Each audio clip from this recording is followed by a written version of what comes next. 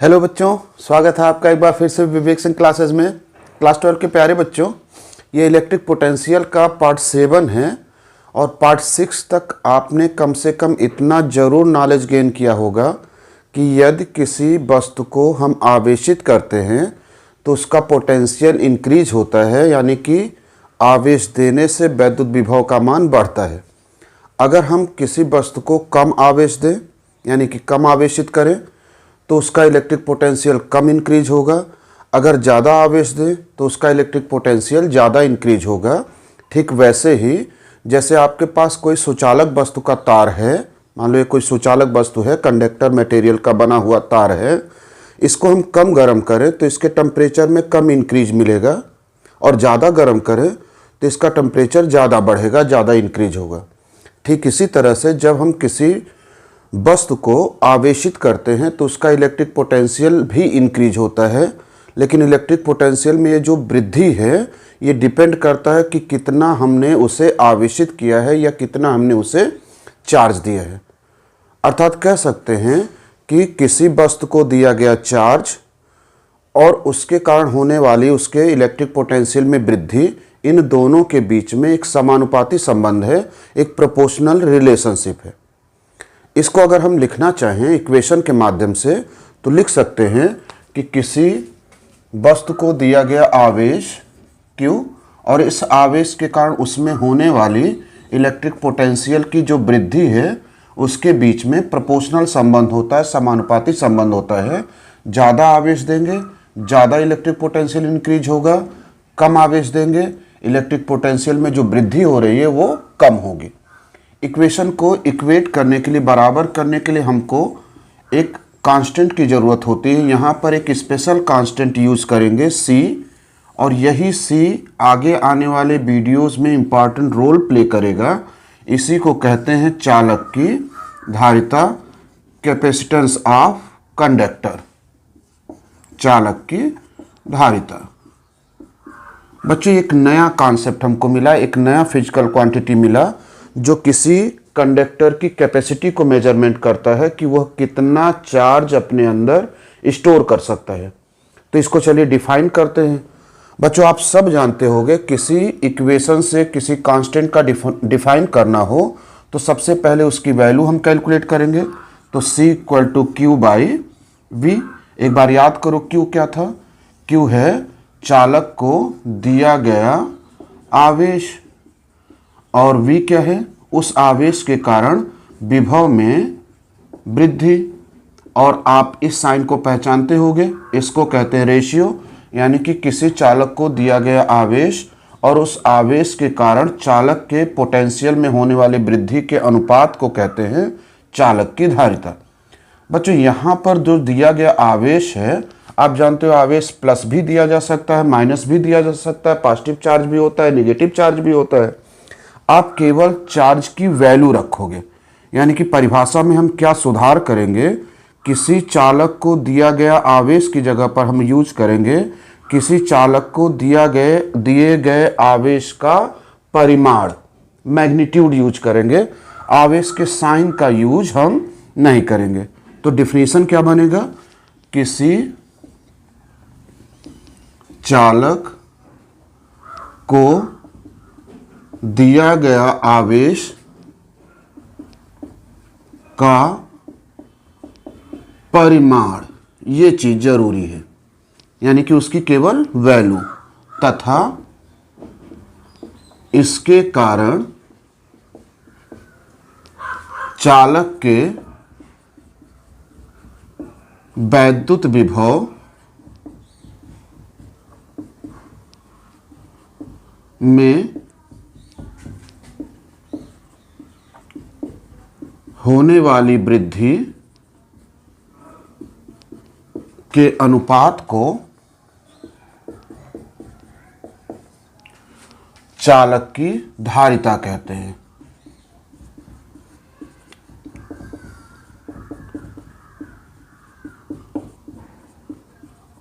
ठीक, और धारिता को किस लेटर से रिप्रेजेंट करते हैं, C से, जिसे C से व्यक्त करते हैं। तो इस तरह से हम लोग डिफाइन कर लिए कि किसी कंडक्टर की कैपेसिटी क्या होती है, वो रेशियो होती है किसका किसका, चालक को दिए गए आवेश की वैल्यू, परिमाण और उसके कारण उसके पोटेंशियल में होने वाली वृद्धि के रेशियो के इक्वल होती है। अब इस नए क्वांटिटी को जब हम लोगों ने डिफाइन कर लिया तो इसका यूनिट भी खोजा जाए, क्या होगा, तो C का यूनिट क्या होगा, इसी फार्मूले से हम इसके यूनिट को भी कैलकुलेट कर सकते हैं। चूंकि आपके पास C इक्वल टू मिला है Q/V, इसलिए C का जो यूनिट होगा वो हो जाएगा Q का यूनिट। Q चार्ज, आप सब जानते होंगे कि चार्ज को मेजर किया जाता है कूलाम में, और V है पोटेंशियल जिसको हम लोग मेजर करते हैं वोल्ट में। तो C का जो यूनिट होगा हो जाएगा कूलाम्ब पर वोल्ट, कूलाम्ब प्रति वोल्ट। और इस कूलाम्ब प्रति वोल्ट को शॉर्ट में संक्षेप में कहते हैं फैरेड। तो ज़्यादातर फैरेड में ही रिप्रेजेंट करते हैं और उसे लिखेंगे कैपिटल F। चूंकि साइंटिस्ट के नाम पर बेस्ड है इसलिए हमेशा की तरह यूनिट को कैपिटल लेटर में रिप्रेजेंट करेंगे। अच्छा, अब एक नया यूनिट मिल गया इस नए क्वांटिटी का, तो नया यूनिट मिल गया तो इसको डिफाइन भी करो। फैरेड किसे कहते हैं, तो फैरेड किसके इक्वल है ये भी तो देखो, फैरेड है कूलाम्ब बाई वोल्ट। इसका मतलब अगर हम किसी चालक को, किसी कंडक्टर को 1 कूलाम्ब का आवेश दें जिसके कारण उसके पोटेंशियल में 1 वोल्ट की वृद्धि हो जाए, तो उस चालक की जो कैपेसिटी होगी वो 1 फैरेड होगी, 1 फैरेड के इक्वल होगी। डिफाइन करो, किसी चालक को दिया जाने वाला आवेश यदि 1 कूलाम्ब हो और इस आवेश के कारण उसके पोटेंशियल में वृद्धि 1 वोल्ट हो, तो चालक की जो कैपेसिटी है उसकी वैल्यू 1 फैरेड होगी। चलिए लिखते हैं डिफिनीशन को। क्या लिखेंगे, यदि किसी चालक को दिए गए आवेश, और एक विशेष शब्द जरूर ऐड करेंगे, आवेश ही नहीं लिखेंगे बल्कि लिखेंगे आवेश का परिमाण, ठीक, 1 कूलाम्ब हो और उसके कारण चालक के विभव में 1 वोल्ट की वृद्धि हो, तो चालक की धारिता, कैपेसिटी उसकी हो जाएगी 1 फैरेड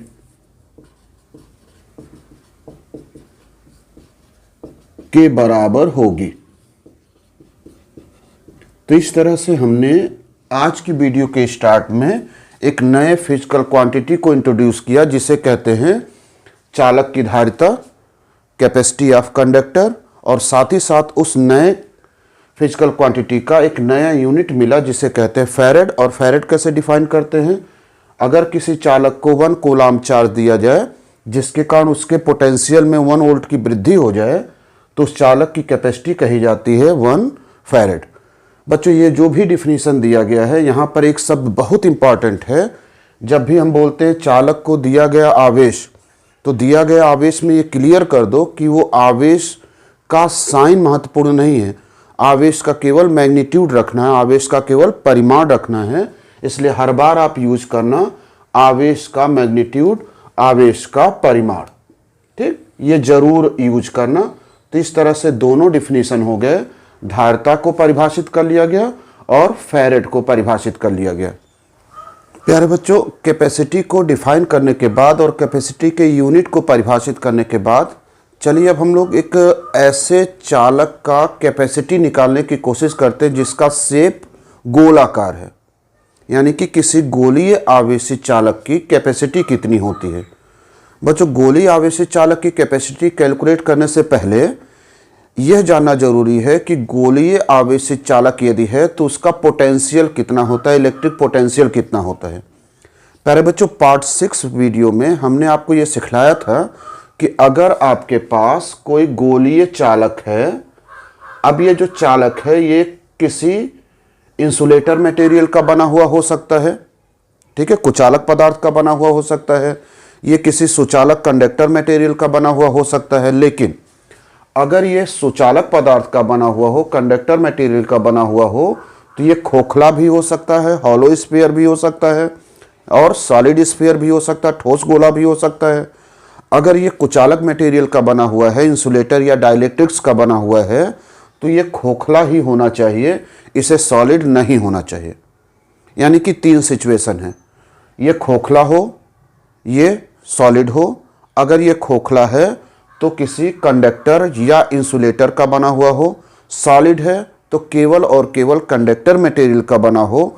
तो जब आप इसको आवेशित करते हो तो सारा का सारा जो चार्ज होता है वो सरफेस पर डिस्ट्रीब्यूट हो जाता है, सरफेस पर वितरित हो जाता है।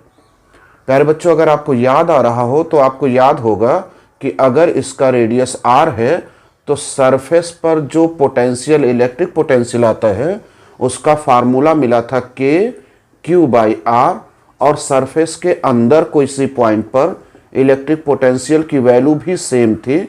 इसीलिए हम लोगों ने कहा था कि सरफेस पर भी जो पोटेंशियल होता है वही सेम पोटेंशियल सरफेस के अंदर भी होता है, अर्थात ये एक तरह का इक्विपोटेंशियल सरफेस होता है, समविभव पृष्ठ होता है। लेकिन यहाँ एक बात नोट करने वाली है कि अंदर इलेक्ट्रिक फील्ड की वैल्यू जो होती है वो 0 होती है, वो कांस्टेंट नहीं होती है। ठीक, तो ये यहाँ तक हम लोग पार्ट 6 में पढ़ चुके थे। अब इसी को आगे बढ़ा रहे हैं। मान ले रहे हैं कि मेरे पास एक गोलीय चालक है। अब चालक की बात कर रहे हैं तो कंडक्टर मटेरियल का बना होगा, ठीक, ठोस भी हो सकता है और हॉलो स्फीयर भी हो सकता है, सॉलिड स्फीयर या हॉलो स्फीयर, कुछ भी आप मान सकते हो। तो मान लेते हैं कि मेरे पास एक गोलीय चालक है जिसका जो रेडियस है, त्रिज्या है, वो a है, स्मॉल a है। ठीक, इस चालक को हमने Q आवेश से आवेशित किया, तो जितना भी आवेश हम देंगे नियम के अनुसार सारा का सारा आवेश इसके सरफेस पर वितरित हो जाएगा, डिस्ट्रीब्यूट हो जाएगा रिपल्सन के कारण। ठीक, तो इसका जो इलेक्ट्रिक पोटेंशियल होगा इस स्फीयर का, वो तो वेल नोन है कि वो किस फार्मूले से रिप्रेजेंट किया जाएगा। वो होगा Q/R, और R की जगह पर, रेडियस की जगह पर A है, तो हम लोग यूज करेंगे Q/A। और ये जो K था इसका रियल में वैल्यू है 1/4 पाई एप्सिलॉन 0, तो हो जाएगा Q/A। ये हो गया पोटेंशियल किसी आवेशित गोलीय के कारण जो कंडक्टर मटेरियल का, सुचालक मटेरियल का बना हुआ है। अब बच्चों Q को हम अगर ट्रांसफर कर दें तो V/Q हो जाएगा, जो कि हो जाएगा 1/4 पाई एप्सिलॉन 0 इंटू A। इसको रिवर्स कर दो, यानी कि V/Q को Q/V लिख दो। तो इक्वल के एक साइड आपने रिवर्स किया है तो दूसरा साइड भी आप रिवर्स करोगे, 4 पाई एप्सिलॉन 0 A/1 हो जाएगा। और आपको पता है कि इस चैप्टर का शुरुआत, इस वीडियो का शुरुआत हम लोग इस फार्मूले से किए हैं, C = Q/V। देयरफॉर C = हो जाएगा 4 पाई एप्सिलॉन 0 A, जहां पर C इस चालक की, जो गोलाकार चालक है, इसकी कैपेसिटी है। आप देखो फार्मूले से तो पता चल रहा है कि जो गोलीय चालक है उसकी कैपेसिटी उसके रेडियस के, उसके त्रिज्या के प्रोपोर्शनल है। अगर आप चालक की त्रिज्या ज़्यादा रखोगे तो उसकी इलेक्ट्रिक कैपेसिटी ज़्यादा होगी, वैद्युत धारिता ज़्यादा होगी। अगर आप त्रिज्या कम रखोगे तो उसकी कैपेसिटी कम होगी। ठीक उसी तरह से जैसे कोई बर्तन अगर आकार में छोटा है तो उसके अंदर द्रव रखने की कैपेसिटी कम होगी, अगर बड़ा है तो द्रव रखने की कैपेसिटी ज़्यादा होगी। यानी कि जिस तरह से बर्तन में द्रव रखने की क्षमता उसके साइज से डिफाइन होती है, ठीक उसी तरह से किसी कंडक्टर के अंदर चार्ज को रखने की क्षमता भी उसके साइज यानी कि रेडियस से डिफाइन होती है।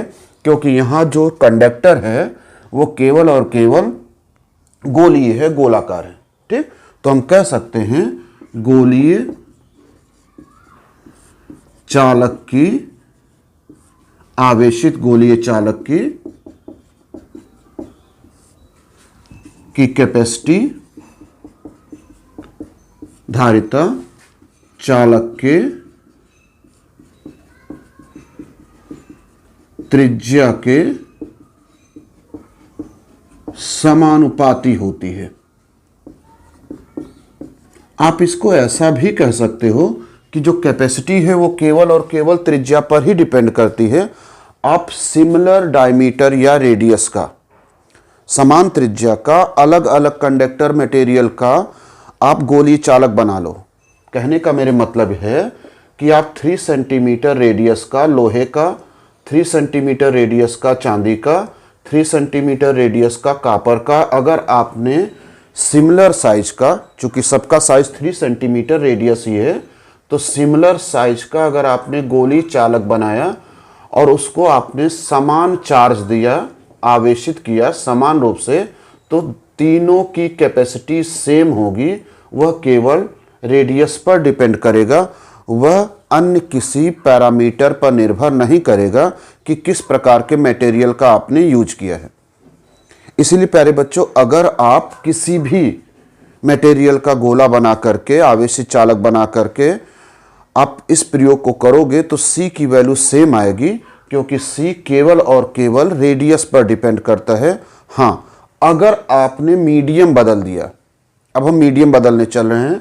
अभी तक ये जो आपने गोली आवेश को रखा था, गोली चालक को रखा था, आवेशित चालक को, वो वैक्यूम में रखा था या निर्वात में रखा था, या अगर रखा था तो हवा में रखा था, जिसे हम फ्री स्पेस बोलते हैं, निर्वात या वायु में रखा। लेकिन अगर उसी चालक को आप किसी ऐसे मीडियम में रखो जिसका डाइलेक्ट्रिक कांस्टेंट K हो, तो क्या होगा? यदि गोलीय चालक को, जो कि आवेशित भी है, कैपिटल K परावैद्युतांक, यही डाइलेक्ट्रिक कांस्टेंट है, माध्यम में रखें तो आप जानते हो कूलॉम्स लॉ से ही कि यहां पर एक और क्वांटिटी बढ़ जाती है K, तो C इक्वल टू हो जाएगा 4 pi epsilon 0 K into radius A। लेकिन अब यही C वैक्यूम में, फ्री स्पेस में भी कैपेसिटी को रिप्रेजेंट कर रहा है, यही C माध्यम में रिप्रेजेंट कर रहा है। इसलिए थोड़ा सा चेंज लाने के लिए इसे हम यम लिख दे रहे हैं, जिससे आप जान सको कि कैपेसिटी इन मीडियम है, माध्यम में चालक की धारिता। और कैसा चालक है? गोलीय चालक है। ठीक, तो गोली चालक की धारिता देखो हो गए 4 pi epsilon not K into A। अगर दोनों को हम डिवाइड कर दें और एक रेशियो निकालें तो CM/C इक्वल टू हो जाएगा, देखो 4 से 4 कैंसिल, पाई से पाई कैंसिल, एप्सिलॉन नॉट से एप्सिलॉन नॉट, A से A कैंसिल, तो बचेगा K। यहाँ से पहली बार हम ये डिफिनीशन दे सकते हैं कि डाइलेक्ट्रिक कांस्टेंट क्या है, क्योंकि अभी तक हम लोग इसका केवल यूज करते थे, इसे डिफाइन नहीं किए थे। तो डिफाइन कैसे करेंगे कि K जो है वो रेशियो है, अनुपात है, किसका किसका अनुपात है? कैपेसिटी का, और किस वस्तु की कैपेसिटी का? किसी गोली आवेशित चालक की धारिता का। कब? माध्यम में और फ्री स्पेस पे। यानी कि कह सकते हैं किसी आवेशित गोलीय चालक की किसी माध्यम में धारिता तथा उसी चालक की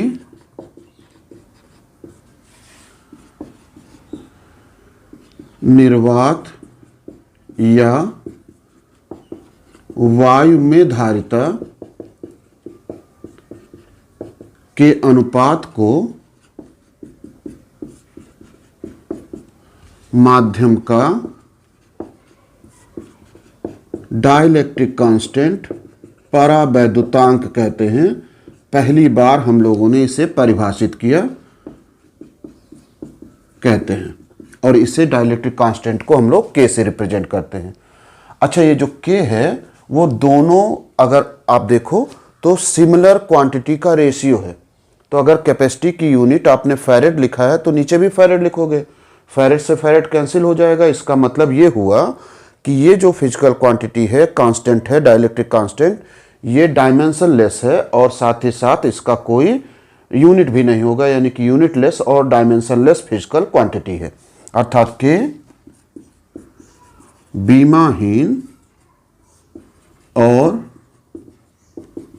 मात्रकहीन नियतांक है। बच्चों क्या होगा अगर हम किसी गोलीय आवेशित चालक को निर्वात से हटा करके किसी ऐसे मीडियम में रख देते हैं जिसका डाइलेक्ट्रिक कांस्टेंट के है, मतलब उसकी कैपेसिटी बढ़ेगी या उसकी कैपेसिटी घटेगी या उसके ऊपर कोई इफेक्ट नहीं होगा। तो अगर आप ध्यान से देखो तो आप यहाँ से फार्मूले से Cm की वैल्यू निकाल सकते हो K इंटू सी, अर्थात माध्यम में रखने से किसी गोलीय चालक की जो कैपेसिटी होती है वो निर्वात की तुलना में या वायु की तुलना में कैपेसिटी का K गुना हो जाता है। अर्थात ये कह सकते हैं कि जब हम किसी गोलीय चालक को किसी माध्यम में रखते हैं तो उसकी कैपेसिटी माध्यम के परावैद्युतांक का गुना हो जाता है। अगर माध्यम का परावैद्युतांक K गुना है तो K टाइम्स हो जाएगा, 2 गुना है तो 2 गुना हो जाएगा, 3 टाइम्स है तो 3 टाइम्स हो जाएगा। यानी कि माध्यम में रखने से किसी गोलीय चालक की कैपेसिटी बढ़ जाती है। प्यारे बच्चों देखना एक बार फिर से, कोई गोलीय चालक था जिसे आपने आवेशित किया, तो आवेशित करेंगे तो उसका इलेक्ट्रिक पोटेंशियल का फार्मूला रखे, Q को ट्रांसफर किए, Q/V ये कैपेसिटी C हो जाएगी। यहाँ से हमको एक जानकारी मिली कि गोलीय चालक की जो कैपेसिटी है वो उसके केवल और केवल रेडियस पर डिपेंड करता है, अन्य किसी फिजिकल क्वांटिटी पर डिपेंड नहीं करता है। मतलब ये है कि अगर अलग अलग धातु का सिमिलर साइज, शेप और साइज का गोलीय चालक है तो उस सब की कैपेसिटी सेम होगी, लेकिन अगर मीडियम बदल दो तो कैपेसिटी चेंज हो जाती है। जितना मीडियम का डाइलेक्ट्रिक कांस्टेंट होता है उतना गुना कैपेसिटी बढ़ जाती है। ठीक, तो इस तरह से आपने आज K को डिफाइन किया, माध्यम का परावैद्युतांक डिफाइन किया और गोलीय चालक की कैपेसिटी को कैलकुलेट किया कि C इक्वल टू होता है 4πε0 इंटू A। अच्छा बच्चों, हम लोगों की आदत है कि हम यूज करते थे आज से पहले 1/4πε0 मोस्टली हर फार्मूले में, जिसकी वैल्यू होती थी 9 इंटू 10⁹। अब थोड़ा आदत को कंट्रोल करिएगा क्योंकि यहाँ पर 1/4πε0 नहीं मिलेगा, यहाँ पर मिल रहा है 4πε0। तो 4πε0 की वैल्यू क्या होगी? तो 4πε0 की जो वैल्यू होगी वो हो जाएगा 1/10⁹, 1/9 इंटू 10⁹। इस बात को ध्यान में रखिएगा, थोड़ा सा कंट्रोल रखिएगा क्योंकि आदत बन चुकी है कि 1/4πε0 की ही वैल्यू 9 इंटू 10⁹ होती है। तो थोड़ा कंट्रोल करेंगे बच्चों, इसको आप नोट करिएगा और ये जरूर ध्यान में रखिएगा कि ये जो कैपेसिटी है वो मटेरियल पर डिपेंड नहीं करती है, वो केवल और केवल साइज पर डिपेंड करती है। ठीक, तो फिर एक छोटा सा न्यूमेरिकल लेते हैं कि कैसे आप कैपेसिटी निकालोगे किसी गोलीय चालक की। तो प्यारे बच्चों, अगर हम लोग ये मान लेते हैं कि हमारी जो पृथ्वी है वो परफेक्ट पूर्ण रूप से गोलाकार है, तो उसकी इलेक्ट्रिक कैपेसिटी कितनी होगी? चलो कैलकुलेट करते हैं। तो आप सबको पता होना चाहिए कि जो पृथ्वी है उसका रेडियस फिक्स होता है और उसका रेडियस होता है 6.4 इंटू 10⁻³ किलोमीटर। रेडियस है 6.4 इंटू 10⁻³ किलोमीटर। किलोमीटर में 1000 हजार से गुणा करके उसे मीटर में कन्वर्ट कर लिया गया, 10⁶ हो गया। कैपेसिटी का फार्मूला 4πε0 इंटू A। इसी 4πε0 की जो वैल्यू होगी उसी को थोड़ा सा कंट्रोल करना है क्योंकि ये अभी तक दूसरे तरह से हम लोग लिखते थे। अब इसकी वैल्यू होगी 1/9 इंटू 10⁹। 9 ऊपर ले जाओगे -9 हो जाएगा, 10⁻³ बचेगा और सॉल्व कर लोगे 7.1 इंटू 10⁻⁻4 फैरेड हो जाएगी पृथ्वी की, अर्थ की कैपेसिटी। लेकिन ये तब संभव होगा जब हम ये मान करके चलें कि हमारा जो अर्थ है वो एक परफेक्ट स्फेरिकल है, एक पूर्ण रूप से गोला है। ठीक, तो केवल इस सवाल का महत्व ये था कि आप इसको लिखना सीख लो। 1/4πε0 को जो बार बार लिखते थे उसकी जगह पर अब हम लिखेंगे 4πε0 और जिसकी वैल्यू होगी 1/9 इंटू 10⁹। बच्चों, जब आप किसी गोलीय चालक को या किसी चालक को, उसका शेप और साइज कैसा भी क्यों ना हो, आवेशित करोगे तो कुछ ना कुछ कार्य करना पड़ेगा। अब हम लोग ये कैलकुलेट करें कि चालक को आवेशित करने में कितना कार्य होगा, और आप जानते ही हो कि जितना कार्य करेंगे वह सारा का सारा कार्य उस सिस्टम में स्टोर हो जाएगा। किसके रूप में? स्थितिज ऊर्जा के रूप में। तो अब मेरी हेडिंग ये है, आवेशित चालक की स्थितिज ऊर्जा।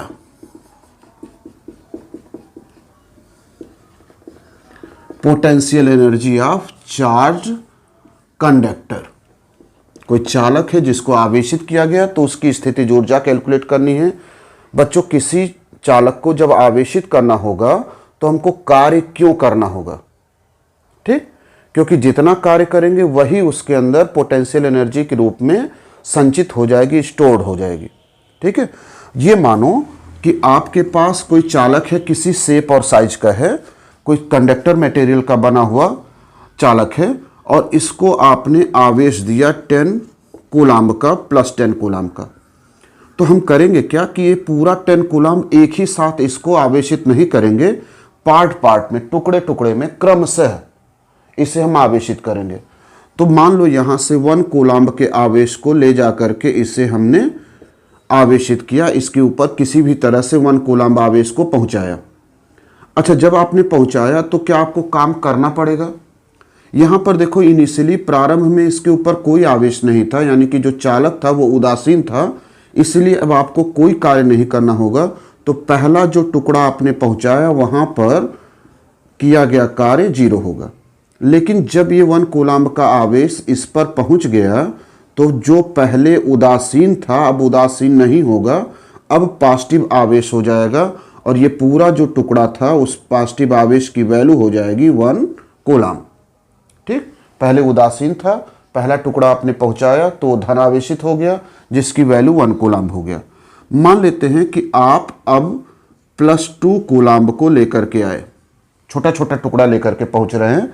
तो पहले तो ये उदासीन था, इसलिए कुछ भी काम करने की जरूरत नहीं पड़ी, लेकिन जब आप नेक्स्ट पार्ट लेकर के आओगे तो यह पॉजिटिव हो चुका है चालक, इसलिए अब यह आसानी से अगले धनावेश के टुकड़े को अपने ऊपर आने नहीं देगा, यानी कि सरलता से आवेशित होने नहीं देगा।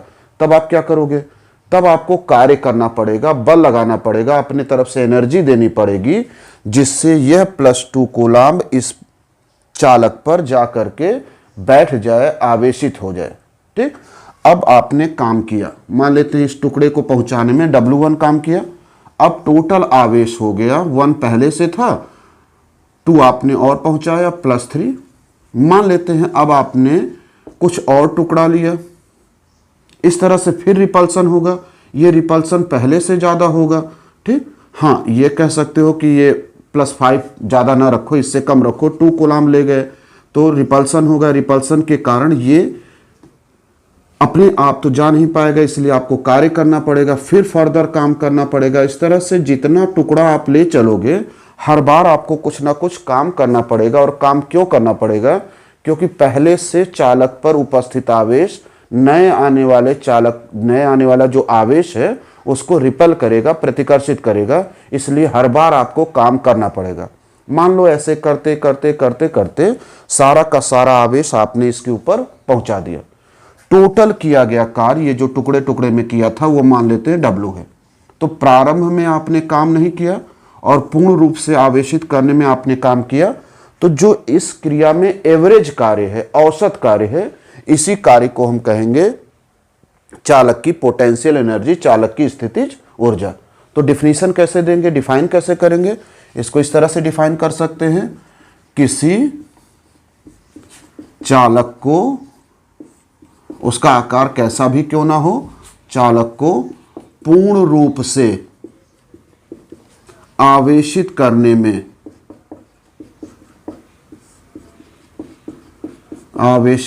में किया गया कार्य चालक की स्थितिज ऊर्जा होती है, जिसे आप हमेशा U से ही रिप्रेजेंट करते हो। स्थितिज ऊर्जा होती है या स्थितिज ऊर्जा कहलाती है। बच्चों ये जो डिफिनीशन दिया गया इसमें थोड़ा सा हमको सुधार करने की ज़रूरत है, क्योंकि अगर आप इस पूरे प्रोसेस को ध्यान से देखोगे तो आपको एक जैसा कार्य नहीं करना पड़ रहा है। जब एक जैसा कार्य नहीं करना पड़ा तो यहाँ पर कार्य हम नहीं निकाल पाएंगे, टोटल कार्य। यहाँ पर एवरेज कार्य करते हैं। अगर किसी इवेंट में डिफरेंट वैल्यूज आ रही है तो टोटल वैल्यूज निकालने के लिए, टोटल मान निकालने के लिए हम उसका कौन सा मान निकालेंगे? औसत मान निकालेंगे। तो यहाँ पर किया गया कार्य जो है वो कार्य ना लिख करके लिखेंगे किया गया औसत कार्य। तो ये चीज़ आप ध्यान में रखेंगे, किया गया औसत कार्य चालक की स्थितिज ऊर्जा कहलाती है। और औसत कार्य क्यों निकालेंगे? क्योंकि डिफरेंट कार्य हो रहा है। तो जो स्थितिज ऊर्जा है वो औसत कार्य के बराबर होगी। अच्छा, स्थितिज ऊर्जा U आवेशित करने में, डिफिनीशन को लिख रहे हैं इक्वेशन के फॉर्म में, आवेशित करने में किया गया कैसा कार्य? औसत कार्य। कैसे निकालोगे? पहले आपने कुछ कार्य नहीं किया था, बाद में टोटल कार्य ऐड किया, W एवरेज निकालेंगे तो चूंकि दो ही नंबर है इसलिए जोड़ करके 2 से डिवाइड कर देंगे, हो जाएगा 1/2 W। अब आप W की वैल्यू निकालो। अच्छा, यहां पर हम फोर्स इनटू डिस्प्लेसमेंट यूज नहीं करेंगे, क्योंकि हमने इस चैप्टर का या इस वीडियो की स्टार्टिंग में आपसे कहा कि जब किसी चालक को आवेशित करोगे तो उसका पोटेंशियल इंक्रीज होगा। तो कुल मामला पोटेंशियल और चार्ज का है इस पूरे हेडिंग में, इस पूरे वीडियो में। तो ऐसा कोई फार्मूला सोचो जिसमें वर्क होता हो, पोटेंशियल होता हो, चार्ज होता हो। तो बहुत पहले हमने आपको डिफाइन किया था कि पोटेंशियल होता है इलेक्ट्रिक पोटेंशियल W/Q।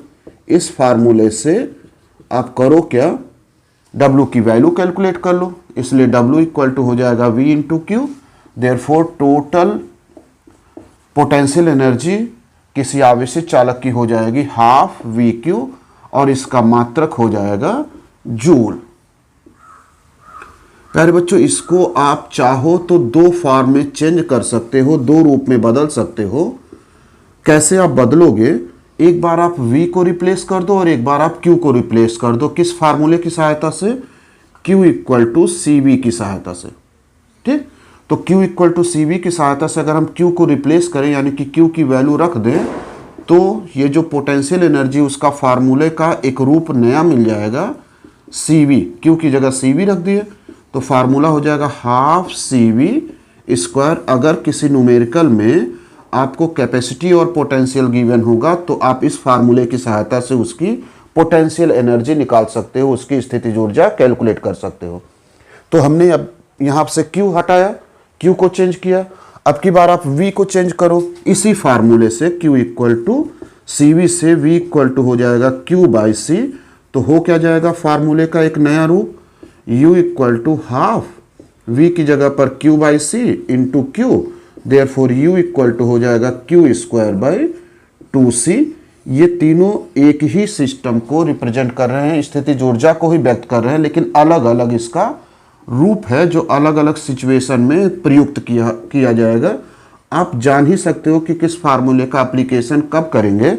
अगर Q और C देगा तो आप इस फार्मूले का यूज करना पोटेंशियल एनर्जी कैलकुलेट करने के लिए। अगर C और V देगा तो आप इस फार्मूले का यूज करिएगा।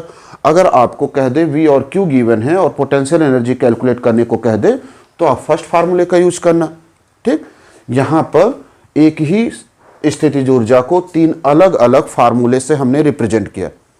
बच्चों, ये जो पॉइंट था ये बड़ा महत्वपूर्ण है।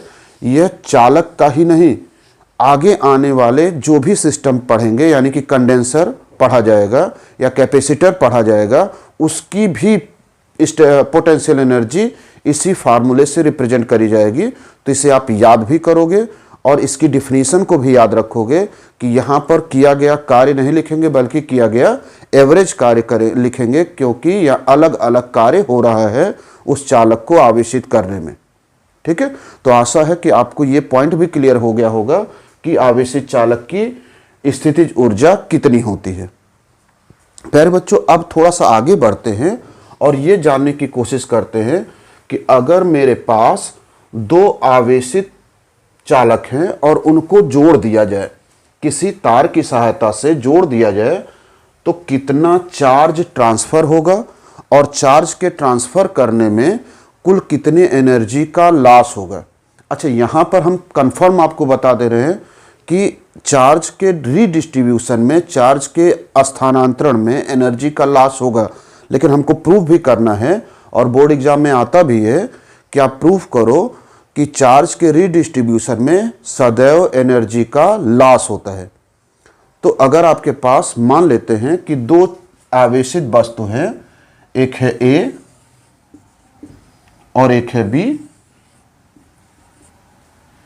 ए जो वस्तु है उसका चार्ज है Q1, बी वस्तु है उसका चार्ज है Q2। ए की कैपेसिटी है C1, बी की कैपेसिटी है C2। ए का potential electric potential V1, B का इलेक्ट्रिक पोटेंशियल V2 और दोनों एक दूसरे से एकदम से अलग अलग है। ठीक, अब हम इसको किसी चार्ज से, किसी तार से, किसी सुचालक तार से जोड़ दे रहे हैं। तो जब हम इसे जोड़ेंगे यानी कि इनका एक संपर्क स्थापित करा देंगे तो चार्ज का डिस्ट्रीब्यूशन होगा। ठीक, चार्ज इधर से उधर, जहां चार्ज ज्यादा होगा वहां से कम की तरफ फ्लो करेंगे। इस घटना को कहते हैं आवेश का पुनर्वितरण, रीडिस्ट्रीब्यूशन ऑफ चार्ज। तो अब हम लोग पढ़ने चल रहे हैं आवेशों का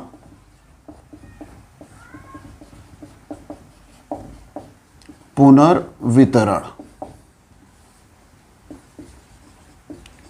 रीडिस्ट्रीब्यूशन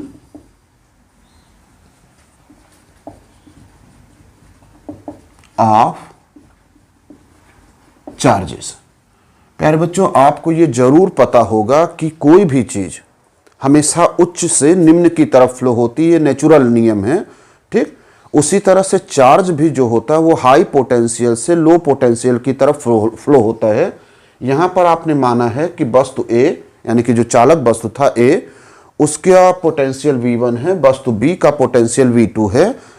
जब तक आप ये नहीं क्लियर करोगे कि पोटेंशियल का डिफरेंस है दोनों के बीच में, तब तक आवेश का फ्लो नहीं होगा, आवेश गति नहीं करेंगे। तो सबसे पहले ये कंफर्म कर दो कि किस चालक की पोटेंशियल ज्यादा है और किस चालक का पोटेंशियल कम है। तो मान लेते हैं कि V1 का पोटेंशियल या V1 की वैल्यू ज्यादा है, जो चार्ज ए का इलेक्ट्रिक पोटेंशियल है, और V2 का पोटेंशियल कम है। तो इस पूरे कैलकुलेशन में हम लोग ये मान करके चल रहे हैं कि V1 ग्रेटर है किससे, V2 से। अच्छा, वीडियो के शुरुआत में भी हमने आपसे एक लाइन बोला था, वो लाइन हमेशा चलेगी जब तक हम लोग कैपेसिटी को खत्म न कर लें कि अगर पोटेंशियल ज़्यादा है तो इट मीन्स वहाँ पर इलेक्ट्रिक चार्ज ज़्यादा होगा। इसका मतलब जब आप मानोगे कि V1 बड़ा है V2 से, तो आपने मान लिया है इनडायरेक्टली कि Q1 बड़ा होगा Q2 से। तो चार्ज A पर ज़्यादा है, चार्ज B पर कम है, तो जो फ्लो होगा वो किधर से किधर होगा, A से B तक चार्ज का फ्लो शुरू हो जाएगा। यानी कि Q1 की जो वैल्यू पहले ज़्यादा थी वो कम होगी और Q2 की वैल्यू धीरे धीरे बढ़ेगी। तो जब आवेश कम होगा तो इलेक्ट्रिक पोटेंशियल भी कम होगा। यानी कि A का इलेक्ट्रिक पोटेंशियल जो तार जोड़ने से पहले ज़्यादा माना गया था, अब धीरे धीरे कम होगा। B का पोटेंशियल धीरे धीरे बढ़ेगा और एक ऐसा सिचुएशन जरूर आएगा जब A का पोटेंशियल घटते घटते और B का पोटेंशियल बढ़ते बढ़ते एकदम से इक्वल हो जाए। उस सिचुएशन में चार्ज का जो फ्लो हो रहा था ड्यू टू पोटेंशियल डिफरेंस वो बंद हो जाएगा, अस्थायी अवस्था आ जाएगी। उस समय दोनों का, A का और B का, दोनों का इलेक्ट्रिक पोटेंशियल सेम हो जाएगा। इस विभव को कहते हैं उभयनिष्ठ विभव, कॉमन पोटेंशियल। ठीक प्यारे बच्चों, कॉमन पोटेंशियल आपको याद रखना होगा क्योंकि न्यूमेरिकल में डायरेक्ट पूछता है और डायरेक्ट हम लोग कैलकुलेट करेंगे कि जोड़ने के बाद उभयनिष्ठ विभव कितना होगा। तो फिर से एक बार थियरी को समझिएगा। आपने जोड़ने से पहले माना कि A का इलेक्ट्रिक पोटेंशियल ज़्यादा है, B का इलेक्ट्रिक पोटेंशियल कम है, तो पोटेंशियल जहाँ ज़्यादा होगा वहाँ चार्ज ज़्यादा होगा। इसके कारण जब हम वायर के थ्रू जोड़ देंगे, तार की सहायता से जोड़ देंगे, तो चार्ज का फ्लो शुरू हो जाएगा from high potential to low potential. यानी कि इस फिगर के हिसाब से A से B की तरफ फ्लो होना शुरू करेगा। A का चार्ज घटेगा तो पोटेंशियल घटेगा, B पर चार्ज बढ़ेगा तो पोटेंशियल बढ़ेगा। यानी कि A का पोटेंशियल घटेगा, B का पोटेंशियल बढ़ेगा। इस पूरे क्रिया में कहीं ना कहीं एक सिचुएशन जरूर आएगा जब दोनों का इलेक्ट्रिक पोटेंशियल सेम हो जाए, और जब सेम हो जाएगा तो चार्ज का फ्लो बंद हो जाएगा। उस सिमिलर पोटेंशियल को, समान विभव को जो दोनों पर होता है, उस समान विभव को कहेंगे उभयनिष्ठ विभव। और उभयनिष्ठ विभव कैलकुलेट कैसे करेंगे बच्चों, आपके पास इस टॉपिक को समझने के लिए केवल एक ही फार्मूला है, Q equal to C V, इसलिए V equal to Q by C. तो इससे हम लोग निकालेंगे उभयनिष्ठ विभव। और उभयनिष्ठ विभव मिलेगा कब, जब चार्ज का पुनर्वितरण हो जाएगा तब। तो लिखेंगे आवेशों का पुनर्वितरण के पश्चात उभयनिष्ठ विभव। कॉमन पोटेंशियल ये कैसे निकालेंगे, देखो पोटेंशियल होता है चार्ज बाय कैपेसिटी, तो लिखेंगे कुल आवेश बटे कुल धारिता। अब ये कुल आवेश आप कैसे कैलकुलेट करोगे बच्चों, आप जानते हो कि आवेश किसी सिस्टम का कभी नष्ट नहीं होता है, कंजर्व रहता है, संरक्षित रहता है। तो जोड़ने से पहले इसका आवेश Q1 था, इस पर आवेश Q2 था, तो जो भी घटनाएं होंगी उस घटना के बाद भी टोटल आवेश Q1 प्लस Q2 ही होगा, इसलिए टोटल आवेश हो जाएगा Q1 प्लस Q2। कैपेसिटी तो साइज पर डिपेंड करता है, आपने पूरे घटना में साइज कभी डिस्टर्ब किया ही नहीं, इसलिए जोड़ने के बाद C1 C1 ही रहेगा, C2 C2 ही रहेगा, यानी कि total capacity C1 plus C2 हो जाएगी। ये हो गया इक्वेशन नंबर 1, जिसे आप याद रखोगे। ठीक बच्चों, Q1 और Q2 क्या था, Q1 था डिस्ट्रीब्यूशन से पहले का चार्ज A पर, और Q2 था डिस्ट्रीब्यूशन से पहले चार्ज B पर। तो अगर हम Q1 और Q2 की वैल्यू निकालें तो पुनर्वितरण के पहले आवेश के वितरण के पूर्व, यानी कि जब आपने तार से जोड़ा था उससे पहले, Q1 इक्वल टू हो जाएगा, आपके पास फार्मूला है Q equal to C V. इससे अगर हम कैलकुलेट करें तो हो जाएगा C1 V1, पोटेंशियल V1 था, तथा Q2 इक्वल टू हो जाएगा C2 और V2, पोटेंशियल उसका V2 था। किस फार्मूले से इन दोनों को निकाले हैं, चूंकि Q बराबर होता है CV। इसको जरा इक्वेशन नंबर 1 में पुट कर दो, तो इक्वेशन नंबर 1 से आपको कॉमन पोटेंशियल मिल जाएगा C1 V1 plus C2 V2 divided by C1 plus C2। Equation number 2, आप चाहे उस फार्मूले को याद रखो या इस फार्मूले को याद रखो, याद एक जरूर रखना है। ठीक, अब अगर ये जो Q1 और Q2 था वितरण के पहले था, तो वितरण के बाद मतलब कनेक्शन जोड़ने के बाद जो भी घटना हुआ था, अस्थायी अवस्था में जब पहुंच गया था, तब इसका चार्ज कितना घट करके हो गया और उसका चार्ज बढ़ करके कितना हुआ, क्योंकि चार्ज इधर से उधर जा रहा है, A से B की तरफ जा रहा है, तो A का जो इलेक्ट्रिक चार्ज है वो कम होगा और B का इलेक्ट्रिक चार्ज बढ़ेगा। तो A का चार्ज मान लेते हैं वितरण के पश्चात, यानी कि पुनर्वितरण के बाद A का आवेश घटकर Q1 डैश तथा चालक B का आवेश बढ़कर Q2 डैश हो जाता है। B का बढ़ेगा, A का घटेगा, तो Q1 डैश और Q2 डैश की वैल्यू कितनी होगी, डिस्ट्रीब्यूशन के बाद कितना आवेश होगा, ये कैसे निकालेंगे। आवेश कैलकुलेट करने का बस एक ही फार्मूला मेरे पास है, Q equal to C into V। तो C तो पूरे घटना में बदला ही नहीं है, क्योंकि C तो उसके शेप पर डिपेंड करेगा, साइज पर डिपेंड करेगा, साइज तो डिस्टर्ब हुआ नहीं है, इसलिए C नहीं बदलेगा। तो C की जगह C1 ही लिखेंगे, Q इक्वल टू C1। लेकिन V चेंज हो जा रहा है, जब आपने तार के द्वारा जोड़ा नहीं था तब इसका पोटेंशियल इलेक्ट्रिक पोटेंशियल V1 था, इसका इलेक्ट्रिक पोटेंशियल V2 था, लेकिन जोड़ने के बाद कुछ देर के बाद चेंजेज हुआ। चेंजेज होने के बाद एक अस्थायी अवस्था आ गई। अस्थायी अवस्था पर दोनों पर विभव, दोनों का पोटेंशियल सेम हो गया था, उसी को कहा गया था कॉमन पोटेंशियल। तो अब इसका जोड़ने के बाद अस्थायी अवस्था में पोटेंशियल V हो जाएगा, इसका भी पोटेंशियल V हो जाएगा। तो Q इंटू CV से C1 इंटू V लिखेंगे और इसका लिखेंगे C2 इंटू V। ये हो गया जोड़ने के बाद। अच्छा, अगर हम इसको डिवाइड कर दें तो Q1 dash by Q2 dash, V से V कैंसिल हो जाएगा, C1 बाई C2।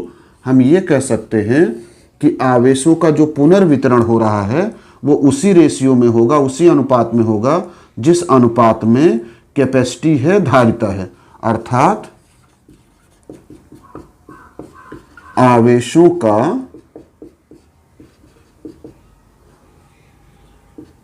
का पुनर्वितरण उनके धारिताओं यानी कि कैपेसिटीज के अनुपात के बराबर होता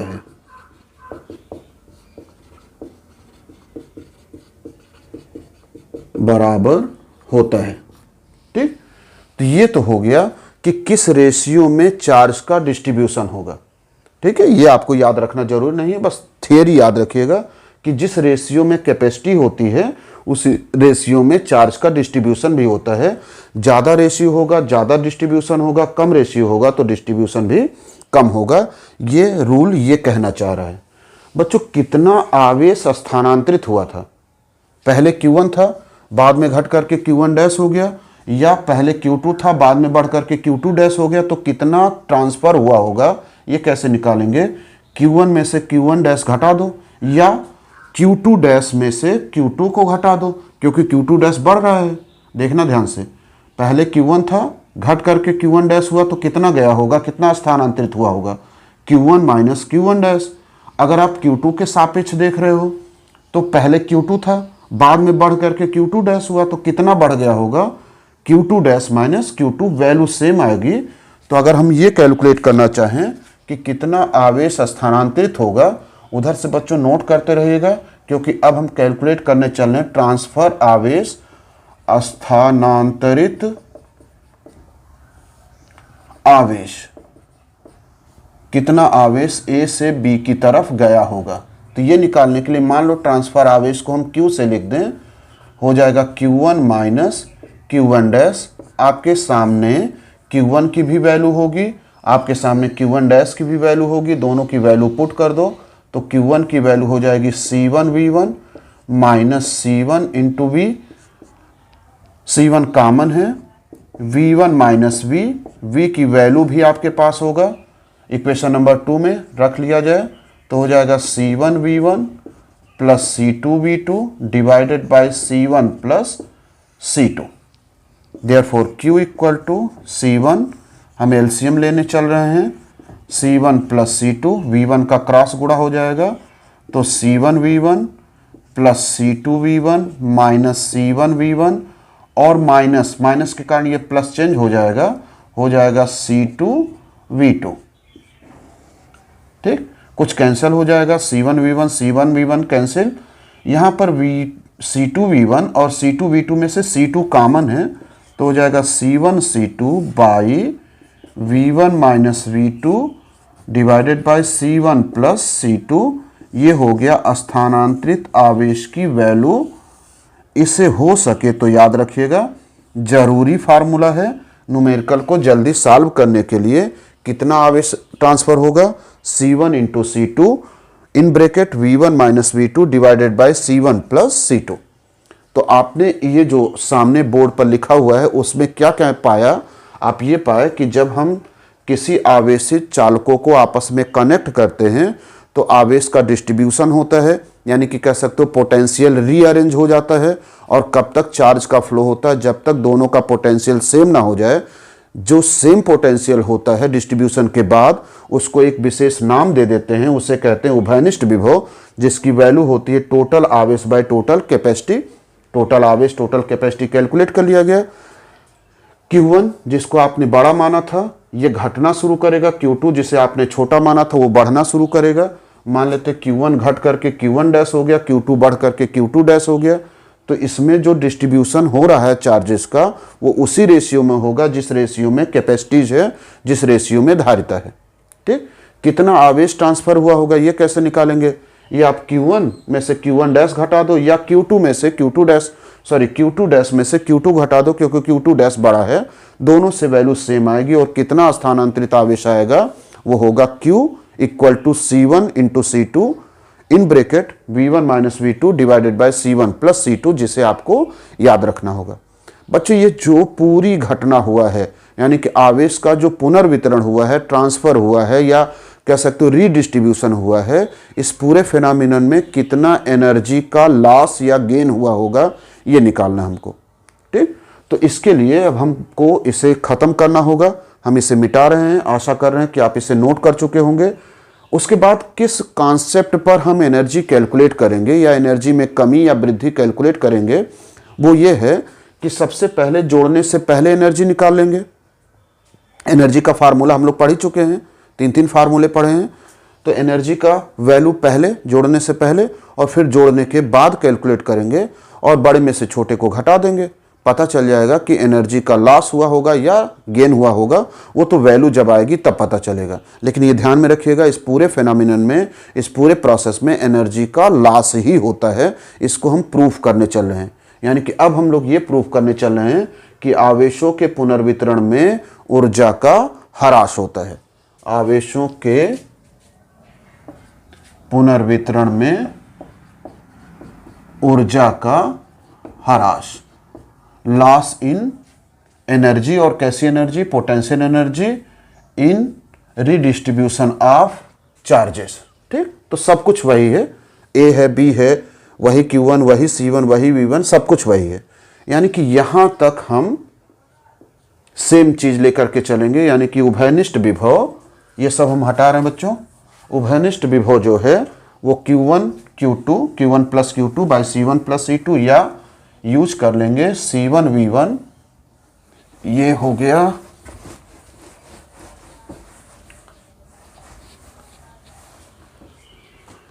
तो Q1 की जगह लिख सकते हैं C1 V1 C2 V2 divided by C1 plus C2 equation number 1। जोड़ने से पहले यानी कि पुनर्वितरण से पहले की ऊर्जा, जोड़ने के पूर्व निकाय की कुल ऊर्जा U इक्वल टू दोनों वस्तुओं की पोटेंशियल एनर्जी को जोड़ दिया जाए तो हाफ C1 V1 स्क्वायर, क्योंकि जोड़ने से पहले पोटेंशियल V1 था, plus half C2 V2 square, इसका पोटेंशियल V2 था। जोड़ने के बाद क्या क्या चेंजेस हुए होंगे जोड़ने के पश्चात? निकाय की कुल ऊर्जा U डैश इक्वल टू फिर से UA प्लस UB, लेकिन एक थोड़ा सा चेंज आ जाएगा बच्चों। जोड़ने के बाद इसका पोटेंशियल V1 नहीं होगा, इसका पोटेंशियल V2 नहीं होगा, जबकि दोनों का पोटेंशियल हो जाएगा V, जिसे हम कॉमन पोटेंशियल कहते हैं, जिसको पहले कैलकुलेट कर चुके हैं, जिसकी वैल्यू है आपके सामने इक्वेशन नंबर 1 में। तो यहाँ V1 नहीं लिखेंगे, यहाँ लिखेंगे V square plus half C2 V square. ठीक, हाफ V स्क्वायर कॉमन है, C1 प्लस C2, आप V की वैल्यू रख लो तो हो जाएगा 1/2। हम स्क्वायर करके रख रहे हैं तो C1 V1 plus C2 V2 का square divided by C1 plus C2 का whole square into C1 plus C2, ये कैंसिल हो जाएगा तो हो गया 1/2 C1 V1 plus C2 V2 का whole square by C1 plus C2। अच्छा, न्यूमेरिकल प्रॉब्लम होती बच्चों तो हम U1 की वैल्यू या U की वैल्यू जोड़ने से पहले की टोटल वैल्यू एनर्जी की और जोड़ने के बाद की टोटल की वैल्यू एनर्जी की, उसकी न्यूमेरिकल वैल्यू देख लेते और जान जाते कब बड़ा है और कब छोटा है। अभी हम फिलहाल जो भी डाटा दिया गया है उससे ये नहीं क्लियर कर पा रहे हैं कि कौन सी वैल्यू बड़ी है, कि U बड़ा है कि U डैश बड़ा है। तो इसके लिए हम करेंगे क्या कि डिफरेंस ले लेंगे, U और U डैश का डिफरेंस। ठीक है, ये बिना जाने हुए कि कौन बड़ा है, U बड़ा है कि U डैश बड़ा है। अच्छा, सॉल्व करते हुए चले जाएं। 2 संभावनाएं हो सकती हैं, या तो 0 आएगा, एक्चुअल में 3 संभावनाएं हो सकती हैं, तो चलो तीनों को देखा जाए। या तो 0 आएगा सॉल्व करने के बाद, या तो पॉजिटिव वैल्यू आएगी, या तो नेगेटिव वैल्यू आएगी। अगर जीरो आ गया तो हम कह सकते हैं कि जोड़ने के बाद भी वही पोटेंशियल एनर्जी थी जो जोड़ने के पहले थी, यानी कि ना तो लाभ हुआ है ना तो हानि हुआ है। ठीक, लेकिन अगर पॉजिटिव आ गया तो एलजेब्रा ये कहता है, बीजगणित ये कहता है कि दो राशियों को घटाने के बाद हम उसका चिन्ह रखते हैं जो बड़ी होती है। तो अगर आपने सॉल्यूशन में पॉजिटिव पाया है, इट मीन्स कि ये u बड़ा होगा क्योंकि इसका साइन प्लस है। ठीक, अर्थात पहले एनर्जी ज्यादा थी, बाद में एनर्जी कम हुई होगी, घट गई होगी एनर्जी। लेकिन अगर निगेटिव आ गया तो इसका मतलब निगेटिव वाला बड़ा होगा, पहले कम होगा बाद में ज्यादा होगा। तो हम यहां अभी कंफर्म नहीं है कि पहले एनर्जी ज्यादा थी कि बाद में एनर्जी ज्यादा है, तो डिफरेंस लेंगे। डिफरेंस से प्राप्त रिजल्ट के चिन्ह को देख करके या वैल्यू को देख करके हम बता लेंगे कि कौन बड़ा था और कौन कम था। तो अब हम ऊर्जा में परिवर्तन निकालने चल रहे हैं, कितना परिवर्तन हुआ होगा इस घटना में। ऊर्जा में परिवर्तन delta U equal to U minus U dash. आपके पास U और U डैश की वैल्यू है, दोनों वैल्यू रखते हैं तो हो जाएगा डेल्टा U इक्वल टू, ये सब डेल्टा U कैलकुलेट कर रहे हैं हम लोग। U है half C1V1 square plus half C2V2 square minus U dash, जो कि यहां लिखा है हाफ C1V1 प्लस C2V2 का whole square by C1 plus C2। बच्चों एलसीएम लेंगे तो एलसीएम हो जाएगा 2C1 प्लस C2। आप सॉल्व करोगे, सॉल्व करना जानते ही होगे, इसका क्रॉस गुणा करेंगे हम, और जगह मेरे पास कम है इसलिए अब हम उस साइड पर चल रहे हैं, इसको मिटा रहे हैं, जो कि शायद आप बना ही होगे, पहले सिचुएशन बना है वही सेम चीज से थी। हेडिंग हो गया था ऊर्जा का ह्रास, और इसकी भी हमको आवश्यकता नहीं पड़ेगी, सारी वैल्यूज यूज हो चुकी हैं। तो मिटा रहे हैं सबको। ये गया टोटल ऊर्जा जोड़ने से पहले और जोड़ने के बाद की एनर्जी, ये भी समाप्त हो गई, लिख चुके होंगे। ये हो गया जोड़ने के बाद की टोटल एनर्जी, सब एनर्जी हम रख लिए। अब इसको चलो सॉल्व करते हैं। तो एलसीएम हो जाएगा 2C1 plus C2, C1 plus C2 का इधर गुणा करोगे तो हो जाएगा C1 plus C2 into C1V1 square, C1 C2 का इसमें गुणा होगा तो हो जाएगा C1 plus C2 into C2V2 square minus C1V1 plus C2V2 का होल स्क्वायर। गुणा कर लो तो C1 square V1 square, C1 C2 V1 square, इसका गुणा करो C2 C1 या C1 C2 जैसा आप लिखो, V2 square plus C2 square V2 square, और इसे हम A प्लस B के होल स्क्वायर से खोल रहे हैं। ब्रैकेट पहली संख्या का वर्ग प्लस दूसरी संख्या का वर्ग प्लस 2 गुणे पहली संख्या और गुणे दूसरी संख्या, पूरा divided by 2C1 plus C2। बच्चों साइज से मत डरिएगा, इक्वेशन के अपने आप से सॉल्व करोगे, सॉल्व हो जाएगा। हम इस ब्रैकेट को खोल रहे हैं यानी कि हटा रहे हैं, तो अंदर का साइन चेंज हो जाएगा, ये माइनस हो जाएगा, ये भी माइनस होगा। C2V2 square cancel, C1V1 square cancel, क्या बचा? जो बचा उसमें C1 C2 है, C1 C2 है, C1 C2 है इंटू के रूप में, उसे हम कॉमन कर रहे हैं तो बचेगा मेरे पास V1 square V2 square 2V1 V2 divided by 2C1 plus C2। यहाँ पर देखो बच्चों फार्मूला हो गया जो कि है C1 C2 V1 minus V2 का whole square by 2C1 plus C2। हम लोग निकाले थे डेल्टा U जिसकी वैल्यू थी U माइनस U डैश। अगर आपको याद आ रहा हो तो U जोड़ने से पहले टोटल एनर्जी है सिस्टम की, U डैश जोड़ने के बाद है। आया कैसी संख्या है? क्या जीरो आया है? नहीं, जीरो तो नहीं आया। अगर जीरो आया होता तो दोनों एनर्जीज बराबर होती।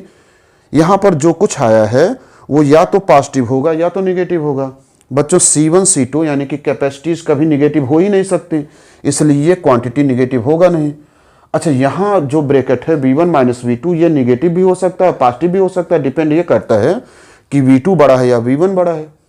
मान लो अगर ब्रैकेट के अंदर निगेटिव भी आ जाए, ठीक, तो आप स्क्वायर करोगे ना, तो नेगेटिव नंबर का स्क्वायर करोगे तो पॉजिटिव आएगा। इसका मतलब यहाँ जो कुछ आया हुआ है वो एक पॉजिटिव संख्या है, जो कि ये बता रहा है कि U की वैल्यू, पॉजिटिव U है ना, वो बड़ी होगी किससे, U डैश, यानी कि जोड़ने से पहले ऊर्जा ज़्यादा होगी, जोड़ने के बाद ऊर्जा कम होगी, अर्थात जब आपने तार से जोड़ दिया तो ऊर्जा में कमी हुई होगी। अतः सिद्ध हो गया, अतः जोड़ने के बाद यानी कि आवेश के पुनर्वितरण के बाद, ऐसा लिखो तो ज़्यादा अच्छा रहे, आवेशों के पुनर्वितरण के पश्चात सदैव ऊर्जा में ह्रास होता है। ये हम लोगों ने प्रूफ कर लिया, ठीक।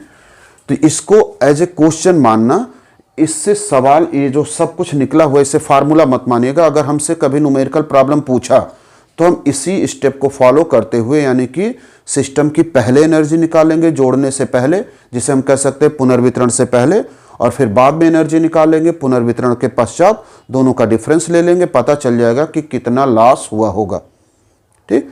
ये सारा चीज़ जो बच्चों हम लोगों के पास मिला है, चलिए उसको समरी करते हैं। एक न्यूमेरिकल प्रॉब्लम लेते हैं। उस न्यूमेरिकल प्रॉब्लम से पहले हम आपको कुछ ट्रिक बताएंगे, उन ट्रिक्स को जरूर याद रखिएगा, क्योंकि उस पर बहुत ज़्यादा सवाल आपको कंपटीशन में भी और बोर्ड एग्जाम में भी आया है। अगर आप उस ट्रिक्स को याद कर लोगे तो आप चुटकी बजाते ही ऐसे प्रॉब्लम को सॉल्व करोगे। तो जो कुछ आज पढ़े हैं, चलिए उस पर छोटे छोटे न्यूमेरिकल प्रॉब्लम देखते हैं, जिससे आपका कॉन्सेप्ट जो है वो क्लियर हो जाए।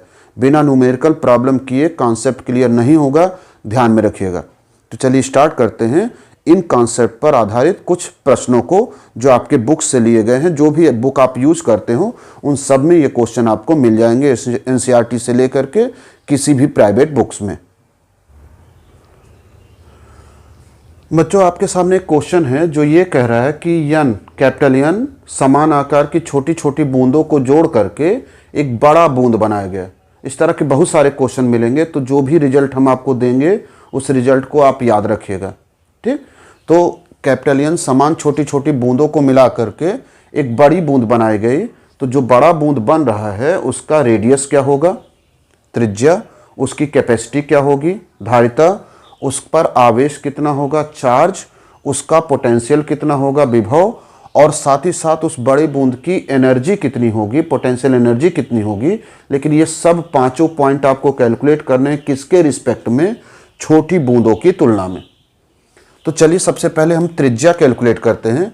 बच्चों, आपने जो बड़ा बूंद बनाया है वह किससे मिलकर के बनाया है, यानी छोटी छोटी बूंदों से ना। तो जैसे मान लो आपके पास दो छोटी बूंदें होती, तो दो छोटी बूंदों से अगर आप एक बड़ी बूंद बनाते तो उसका आयतन, जो बड़ी बूंद का आयतन था, वो दोनों छोटी छोटी बूंदों के आयतन के योग के बराबर होता। तीन बूंद अगर होता तो जो बड़ा बूंद बनता उसका आयतन तीनों छोटे छोटे बूंदों के आयतन के योग के बराबर होता। तो अगर आपने कैपिटल एन बूंदों को जोड़ा है तो एक बड़े बूंद का आयतन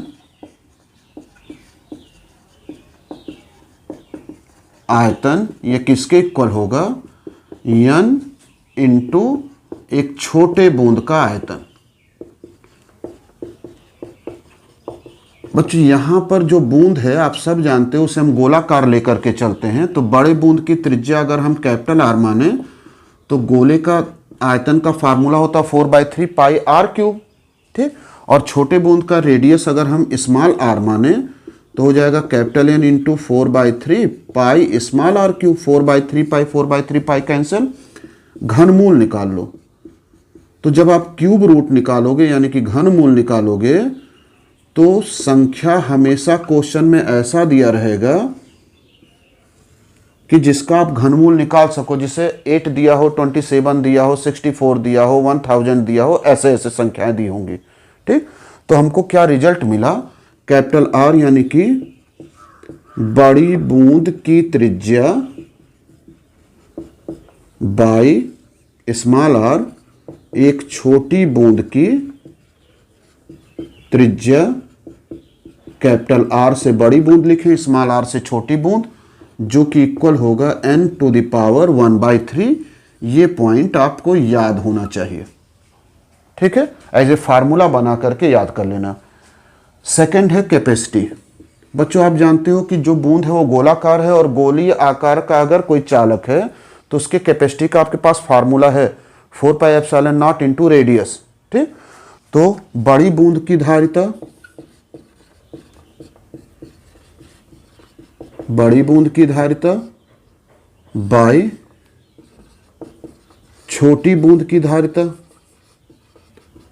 अब बच्चों यहां पर दोनों को हम C से रिप्रेजेंट करेंगे तो कैपिटल C स्मॉल c नहीं लिख पाएंगे, या C में कोई डिफरेंस होगा नहीं, इसलिए हम बड़ी बूंद की धारिता को C डैश लिख दे रहे हैं और छोटी बूंद की कैपेसिटी को C से लिख दे रहे हैं। ये धारिता किसके इक्वल होगा? 4πε0 इंटू बड़े बूंद की त्रिज्या कैपिटल R, 4πε0 इंटू छोटे बूंद की त्रिज्या स्मॉल r। 4πε0 कैंसिल हो गया, capital R by small r आया है, और capital R by small r की वैल्यू है n टू द पावर 1/3, तो इसकी भी वैल्यू हो जाएगी n to the power 1/3 C dash by C। इसको भी याद रखिएगा, जहां पर C डैश है बड़े बूंद की कैपेसिटी और C है एक छोटे बूंद की कैपेसिटी, ठीक। आप चुटकी बजाते ही सवाल को सरल करोगे अगर ये दोनों फार्मूले आपको याद हैं, और इसी तरह से शेष तीनों फार्मूले आपको याद होने चाहिए, ठीक। तो बढ़ते हैं आगे। अब आपको कैलकुलेट करना है टोटल आवेश। प्यारे बच्चों आप जानते हो कि आवेश जो होगा वो कंजर्व होगा, चार्ज हमेशा संरक्षित रहता है, तो जोड़ने से पहले जितना आवेश था जोड़ने के बाद भी उतना आवेश होगा। तो हर जो छोटा छोटा बूंद थे उनका आवेश अगर आप स्मॉल q मान लो, तो अगर आप 2 चार्ज लोगे तो बड़े बूंद पर 2q आवेश आ जाएगा, क्योंकि आवेश को खत्म नहीं होना है, नष्ट नहीं होना है। 3 छोटे छोटे ड्रॉप अगर लेते हो तो जो बड़ा बूंद बनेगा उस पर जो आवेश होगा तीनों आवेश के योग के बराबर हो जाएगा। तो इसी तरह से अगर आपने n बूंदे लिया है तो बड़े बूंद पर जो चार्ज हो जाएगा वो छोटे छोटे n बूंदों के चार्ज के योग के बराबर होगा। तो n बार आप q जोड़ो, जैसे आप 10 बार q को जोड़ो तो 10q मिलेगा, या 10 से 1 में गुणा कर दो, बात एक ही है। तो हम कह सकते हैं बड़े बूंद पर आवेश बाय छोटे बूंद पर आवेश इक्वल टू, मान लेते हैं इसे हम q डैश लिख दिए और इसको हम लोगों ने लिख लिया q, तो n into Q by Q. Q छोटे बूंद पर आवेश है, n छोटी छोटी बूंदें जोड़ करके आपने बड़ी बनाया है, तो आवेश संरक्षित रहेगा इसलिए n ही आएगा। तो रेशियो मिलेगा q dash by q equal to n। अब बढ़ते हैं पोटेंशियल की तरफ। 4th पॉइंट विभव। तो बड़े बूंद का इलेक्ट्रिक पोटेंशियल डिवाइडेड बाय छोटे बूंद का इलेक्ट्रिक पोटेंशियल, और विभव आप कैलकुलेट कैसे करोगे? चूंकि आपके पास फार्मूला है Q equal to C V, इसलिए V इक्वल टू हो जाएगा Q बाई सी। तो बड़े बूंद का जब हम पोटेंशियल निकालेंगे तो बड़े बूंद पर आवेश बटे बड़े बूंद का कैपेसिटी। बड़े बूंद पर आवेश हम लोगों ने लिखा है Q डैश, बड़े बूंद की कैपेसिटी है C डैश, बाई छोटे बूंद का आवेश Q, छोटे बूंद की कैपेसिटी है C। इसको थोड़ा सा सॉल्व कर लें तो Q dash by Q C by C dash हो जाएगा। Q डैश बाई Q की वैल्यू है n, और C बाई C डैश की वैल्यू देखना, ये उल्टा लिखा हुआ है, तो हो जाएगा 1 by n to the power 1/3, और दोनों को सॉल्व कर लो तो भाग देते समय पावर माइनस होता है, 1 पावर में से 1/3 पावर माइनस करेंगे तो 2/3 हो जाएगा। बड़े बूंद के विभव को अगर हम V डैश से लिखें हमेशा की तरह, छोटे बूंद के विभव को V लिखें, तो ये फार्मूला आपको याद हो जाना चाहिए। रेडियस में ratio n to the power 1/3, capacity में ratio n to the power 1/3 जहां n बूंदों की संख्या है, चार्ज में रेशियो n के इक्वल, जो पोटेंशियल है उसमें जो रेशियो आएगा वो है n to the power 2/3। Last point बच्चों, इनमें एनर्जी में क्या रेशियो होगा, 5th पॉइंट है। तो एक बड़े बूंद का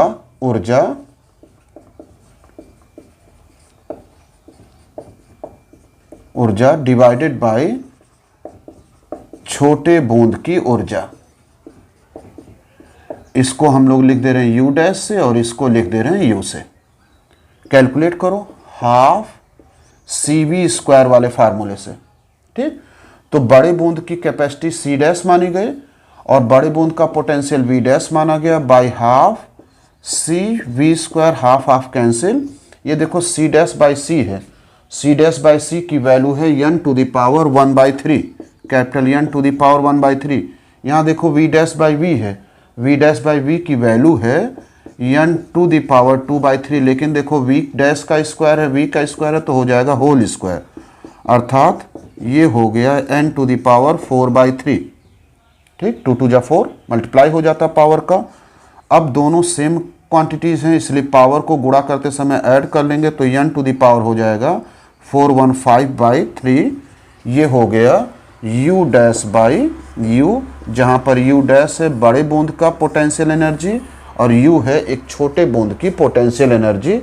प्यारे बच्चों, इन पांचों पॉइंट को आप मन लगा करके याद कर लीजिएगा और आगे आने वाले क्वेश्चन को देखो। अगर ये मान करके चलें कि आपको ये फार्मूले याद हैं तो कितने आसानी से आप क्वेश्चन को सॉल्व करते हो।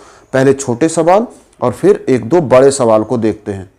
तो प्यारे बच्चों, दो क्वेश्चन लिखे गए हैं, दोनों क्वेश्चन को उन्हीं ट्रिक्स की सहायता से सॉल्व किए जाएं जो अभी ट्रिक्स आपको बताए थे। पहला क्वेश्चन ये है कि पारे की 27 एक समान बूंदों में से प्रत्येक को 10 वोल्ट तक आवेशित किया गया, तो इससे बनी बड़ी बूंद का विभव क्या होगा।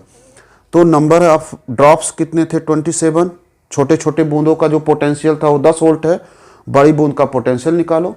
हमने वो सारे ट्रिक्स लिख दिए हैं जिससे आप जल्दी से देख सको। आपके पास पोटेंशियल के बीच में रेशियो क्या है, V डैश बड़ी बूंद का पोटेंशियल बाई छोटे बूंद का potential equal to n to the power 2/3, n to the power 2/3, n की वैल्यू 27 रखो। अच्छा, जो 27 है वो 3 का फैक्टर है, 3 टाइम्स मल्टीप्लाई करोगे 3 से 3 कैंसिल हो जाएगा, 3 का स्क्वायर 9 आएगा। V डैश की वैल्यू, V की वैल्यू है 10। देखो चुटकी बजाते ही आपने सॉल्व कर लिया कि बड़े बूंद का पोटेंशियल हो जाएगा 90 वोल्ट। ठीक, अब इसी सवाल का एक बड़ा रूप दिया हुआ है, कह रहा 64 छोटी छोटी बूंदें हैं, बूंदों की संख्या है 64। ठीक, जिसमें से प्रत्येक की त्रिज्या, छोटे बूंद की त्रिज्या 0.1 मिलीमीटर है। इसे अगर हम MKS यानी कि मीटर में कन्वर्ट करें तो 1000 से डिवाइड करेंगे, अर्थात हो जाएगा 1 × 10⁻⁻4 मीटर छोटे बूंद की त्रिज्या। तथा छोटे बूंद पर जो आवेश है वो है 2/3 × 10⁻12 कूलाम। इनसे मिला करके बड़ी बूंद बनाई गई, तो बड़े बूंद का पोटेंशियल क्या होगा, V डैश। तो V डैश कब निकलेगा, जब छोटे बूंद का पोटेंशियल पता हो। छोटे बूंद का पोटेंशियल कैसे निकलेगा, आपके पास केवल एक ही फार्मूला है, तो पोटेंशियल निकालने के लिए छोटे बूंद पर आवेश पता है, छोटे बूंद की कैपेसिटी नहीं पता है। तो चलो छोटे बूंद की कैपेसिटी निकालें। बच्चों, आप जानते ही होंगे कि बूंद गोलाकार है और गोली चालक की कैपेसिटी का फार्मूला है C = 4πε0 × रेडियस। इस सूत्र से छोटे बूंद की कैपेसिटी C हो जाएगा 1/9 × 10⁻9 इंटू रेडियस, छोटे बूंद की त्रिज्या है 1 × 10⁻⁻4, अर्थात हो जाएगा 1/9 × 10⁻13। कैपेसिटी निकाले हैं तो फैरेड। ठीक, इसलिए Q = CV से छोटे बूंद का पोटेंशियल हो जाएगा Q/C। तो Q 2/3 × 10⁻12 और C की वैल्यू 1/9 × 10⁻13। छोटे पर चार्ज दिया था 2/3 10⁻12, वैल्यू रखा जाए, सॉल्व किया जाए तो 2/3 9/1 10⁻13 ऊपर ले जाओगे +13 होगा, -12 माइनस करोगे तो 10 बचेगा, यानी कि ये हो गया 360 वोल्ट का छोटे बूंद पर पोटेंशियल आएगा। अब छोटे बूंद का पोटेंशियल मिल गया तो बड़े बूंद का पोटेंशियल और छोटे बूंद के पोटेंशियल में रेशियो है n टू द पावर 2/3। बूंदों की संख्या 64 है 64 पावर 2/3, 64 हो जाएगा 4 पावर 3 का पावर 2/3, मल्टीप्लाई करो, 3 से 3 कैंसिल, 4 का स्क्वायर यानी कि 16 v dash by v, therefore v dash और v की वैल्यू है 60। तो v डैश यानी कि एक बड़े बूंद पर जो पोटेंशियल होगा वो होगा 960 वोल्ट। तो अगर आपको ट्रिक याद था तो आपने देखो कैलकुलेशन कितना इजीली कर लिया। ट्रिक नहीं याद होगा तो आपको कैलकुलेशन करने में टाइम लगेगा। रिक्वेस्ट आपसे ये है कि आप इन पांचों ट्रिक्स को याद रखोगे और एक सवाल जरूर आता है बूंदों की संख्या के ऊपर। ठीक, अब चलिए जरा एक क्वेश्चन लगाते हैं जिसमें एनर्जी का लॉस कैलकुलेट किया जाए। उस कॉन्सेप्ट को भी क्लियर कर लेते हैं कि ऊर्जा का हानि कैसे हम लोग कैलकुलेट करेंगे। प्यारे बच्चों, एनर्जी लॉस का एक क्वेश्चन है, हम पढ़ रहे हैं उसको, अगर आप चाहो तो नोट कर लो और या डाटा नोट कर सकते हो। देखो क्या कह रहा है, दो विद्युत रोधी धातु के गोलों की धारिताएं, धारिता मीन्स कैपेसिटीज, उनकी धारिताएं 3 माइक्रोफैरड और 5 माइक्रोफैरड हैं। तो एक क्वेश्चन है जिसमें दो चालक हैं, एक की धारिता कैपेसिटी है 3.0 माइक्रोफैरड, 3 माइक्रोफैरड, और आप जानते ही हो कि माइक्रो को चेंज करना हो तो 10⁻⁻6 से गुणा कर लेंगे। दूसरे की कैपेसिटी है 5.0 माइक्रोफैरड यानी कि 5 × 10⁻⁻6 फैरड। इनको क्रमशः 300 और 500 वोल्ट से आवेशित किया गया। तो पहले को आवेशित किया गया 300 वोल्ट से, दूसरे को आवेशित किया गया 500 वोल्ट से। तो तारक से जोड़ने के बाद आपको कैलकुलेट करना है उभयनिष्ठ विभव। ठीक है, याद कर लेना जल्दी से, उभयनिष्ठ विभव क्या था ये कैलकुलेट करना है। कॉमन पोटेंशियल, प्रत्येक गोले पर आवेश, वही जो Q1 डैश और Q2 डैश लिखा गया था जोड़ने के बाद, लेकिन चल रहा है, प्रत्येक गोले पर आवेश कैलकुलेट करना है। और थर्ड पॉइंट कैलकुलेट करना है कि ऊर्जा की हानि कितनी हुई है, डेल्टा यू कैलकुलेट करना। तो पूरा कॉन्सेप्ट जो अभी हमने आपको समझाया वो पूरा का पूरा कॉन्सेप्ट इस न्यूमेरिकल प्रॉब्लम में दिया हुआ है। आपको अगर कैलकुलेट करना है उभयनिष्ठ विभव तो कैसे कैलकुलेट करेंगे, इसका फार्मूला हमने बताया, कुल आवेश बटे कुल धारिता। देखो कुल आवेश नहीं दिया हुआ है तो सबसे पहले कुल आवेश निकालेंगे। आवेश निकालने का एक ही फार्मूला है, Q = C × V। C पता है, V पता है, पहले का भी दूसरे का भी। तो कॉमन पोटेंशियल हम लोग निकालेंगे। पहला पार्ट तो डायरेक्ट फार्मूला है, उभयनिष्ठ विभव V = कुल आवेश बटे कुल धारिता, Q1 + Q2 / C1 + C2। Q1 की जगह लिखेंगे C1V1, C2V2 divided by C1 + C2 और सभी इंफॉर्मेशन को पुट करके कैलकुलेट कर दो। C1 की वैल्यू है 3 × 10⁻6 इंटू पोटेंशियल है 300। C2 की वैल्यू है 5 × 10⁻6, पोटेंशियल है 500 डिवाइडेड बाय C1 + C2 यानी कि 3 × 10⁻6 प्लस 5 × 10⁻6 सॉल्व कर लिया जाए। 900 + 25 00 10⁻6 कॉमन कैंसिल हो जाएगा, 5 और 3 8 हो जाएगा, 0 0 4 34/8 यानी कि अगर आप डिवाइड करो तो पोटेंशियल की वैल्यू आएगी 425 वोल्ट। इसे प्यारे बच्चों चेक कर लेना। समय बचाने के लिए हमने बिना कैलकुलेशन किए, जो कैलकुलेशन हम पहले कर चुके थे उसके रिजल्ट को डायरेक्ट लिख लिए। 425 वोल्ट का पोटेंशियल होगा, कॉमन पोटेंशियल होगा। अब प्रत्येक गोले पर आवेश कैसे निकालोगे, अगर आपको सिद्धांत याद हो, अभी थोड़ी देर पहले ही पढ़े हो, तो जोड़ने के बाद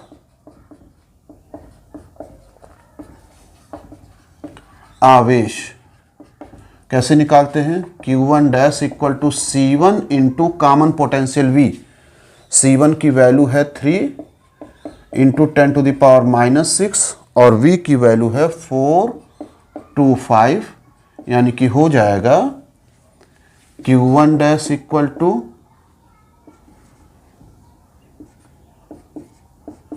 10⁻⁻6 कूलाम्ब। आप लिखना चाहो आंसर को तो लिख सकते हैं 1275 माइक्रो कूलाम्ब।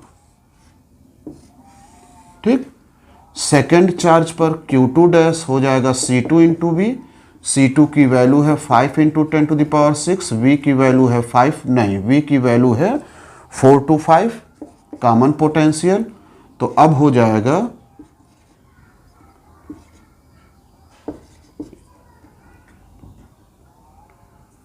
10⁻⁻6 कूलाम्ब, अर्थात आंसर लिख सकते हो 2125 माइक्रो कूलाम्ब।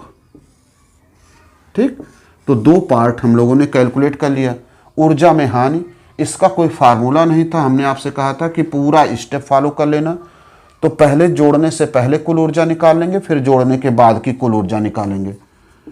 जोड़ने के पहले कुल ऊर्जा, मान लो इसे लिख दिया जाए U, तो हो जाएगा half C1V1 square plus half C2V2 square. सभी डाटा आपको पता है, आप वैल्यू रख करके सॉल्व करोगे तो C1 हो गया 3 इंटू 10⁻⁻6, V1 है 300 का स्क्वायर प्लस हाफ C2 है 5 इंटू 10⁻⁻6 और पोटेंशियल दिया था 500 का स्क्वायर। सॉल्व करिएगा तो इसकी वैल्यू आएगी 760 इंटू 10⁻³ जूल, जो आप कैलकुलेट कर सकते हो। अच्छा, जोड़ने के बाद क्या होगा,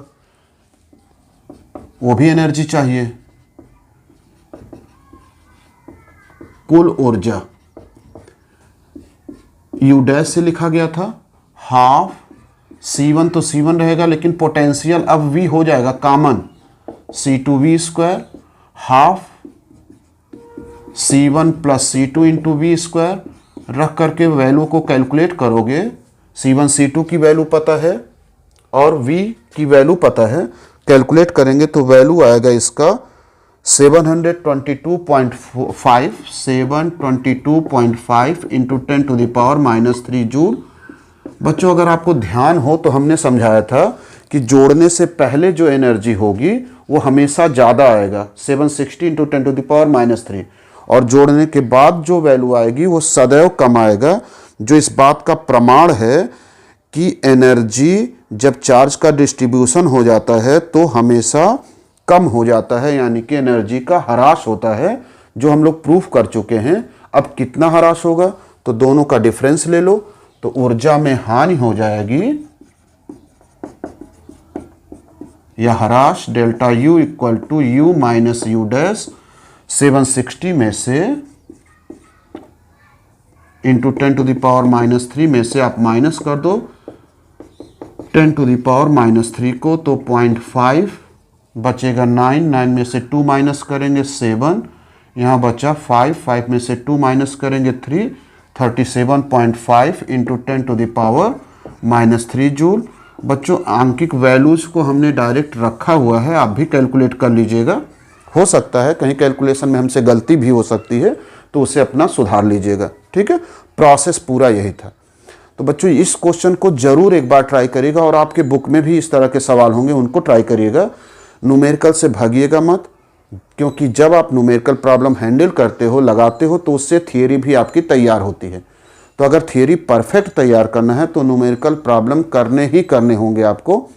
ठीक, और जो आपके प्रैक्टिस पर डिपेंड करता है, प्रयास करेंगे तो ज़रूर आपको याद होगा, फार्मूले याद होंगे, फार्मूले याद हो जाएंगे तो आप न्यूमेरिकल प्रॉब्लम कर सकते हो। प्रॉब्लम अगर कर लिए तो थियरी तैयार हो जाएगी, यानी कि सब एक दूसरे से कोरिलेटेड हैं, जुड़े हुए हैं।